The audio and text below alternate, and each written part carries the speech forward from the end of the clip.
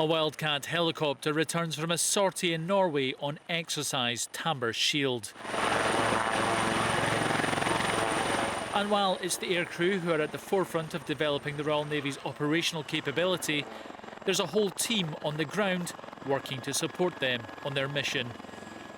The engineers of 815 Naval Air Squadron put in hours of work to keep these aircraft in the sky, making sure any issue is dealt with so the helicopters are ready when needed. We're torquing the bolts for the tail rotor driveshaft. Basically, it was picked up that on the service that one of the shims were split, and there was slight gapping, and there's not allowed to be like next to nothing gap. It's like 0.15 mil. So that got picked up, so the cab couldn't go flying. So we've took the driveshaft out of the bottom side, removed the crack shims, and then we've added we could get another couple of shims in and replaced old ones. If there's no engineering team, then these aircraft are not getting airborne. The pilots do appreciate us, the aircrew appreciate us because the amount of work that we put in behind the scenes. So the cab will go flying, it'll come back, they'll do their out briefs or flying briefs, whatever, and then they do understand that we're still working, digging out, try to fix the maintenance, schedule maintenance, fix any problems, any faults that we may have. The Wildcats are really being put through their paces on this exercise, taking to the air several times every day to hone their skills developing force protection and search and destroy tactics, meaning a lot of work for the ground crew. The mission doesn't just start when the aircrew are in the cockpit.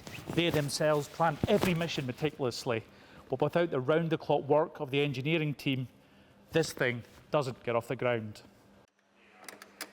The Wildcats are robust aircraft and can be flown in extreme weather conditions all year round. Despite this, the helicopters still need constant expert attention to keep them fit to fly. I like the engineering side of things. Having the trust that you're capable of doing your job well, and the feeling once it goes flying that you've done your job right, everything is maintained to a good standard. Environment plays a lot. We're flying a lot over the sea, then obviously saltwater effects on the aircraft, so there's going to be a lot of maintenance and husbandry to work on the aircraft.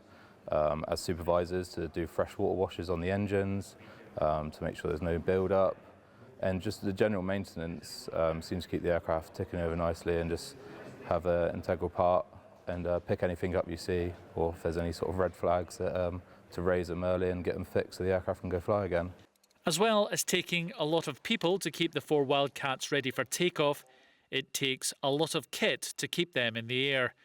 Tools are stored and kept track of meticulously to ensure the engineers have the right one for any job. Part of your job is tool controlling in the issue centre, so this is where we sign out all of our controlled tools from. It keeps control of how many tools are on the aircraft. If you want to find a specific tool as well, you can find out which aircraft it's signed out on. If you've got any loose articles as well, if you're missing a tool, you know which aircraft to look for. Well, the work that we do, their aircraft isn't safe to fly, so we do all the maintenance.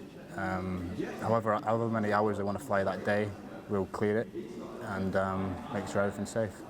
Exercise Tamber Shield is a vital training package for these personnel, allowing the pilots and observers to enhance that warfighting capability in a very challenging environment. But without the constant work and support of the engineering team on the ground, that vital time in the air to enhance their proficiency wouldn't be possible. David Sivills-McCann, Forces News, Håkonsvern Naval Air Base in Bergen.